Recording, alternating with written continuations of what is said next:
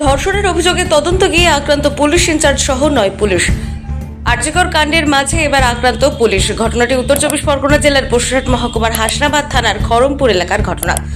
সূত্রে জানা যায়, হাসনাবাদের খড়মপুর এলাকার এক মহিলা গতকাল এলাকার এক ব্যক্তির বিরুদ্ধে ধর্ষণের অভিযোগ করে হাসনাবাদ থানার অন্তর্গত মুরারিশাহ আউটপোস্টে অভিযোগ পাওয়ার পরে তদন্তে নামে পুলিশ। তদন্ত সূত্রে এদিন গভীর রাতে হাসনাবাদ থানার অন্তর্গত খড়মপুর এলাকায় ওই অভিযুক্তের বাড়িতে তদন্তে যায় মুরারিশাহ আউটপোস্টের ইনচার্জ সহ মোট 9 জন পুলিশ কর্মী। ঠিক সেই সময় ওই অভিযুক্ত এবং অভিযুক্তের সঙ্গীরা পুলিশের ঘিরে ফেলে। এরপর লাঠি দিয়ে মারধর করে। মারধরের ফলে মুরারিশাহ আউটপোস্টের ইনচার্জ সহ মোট 9 জন পুলিশ কর্মী আহত হয়। এরপর তাদেরকে উদ্ধার করে টাকি গ্রামীণ হাসপাতালে নিয়ে যায় পুলিশ।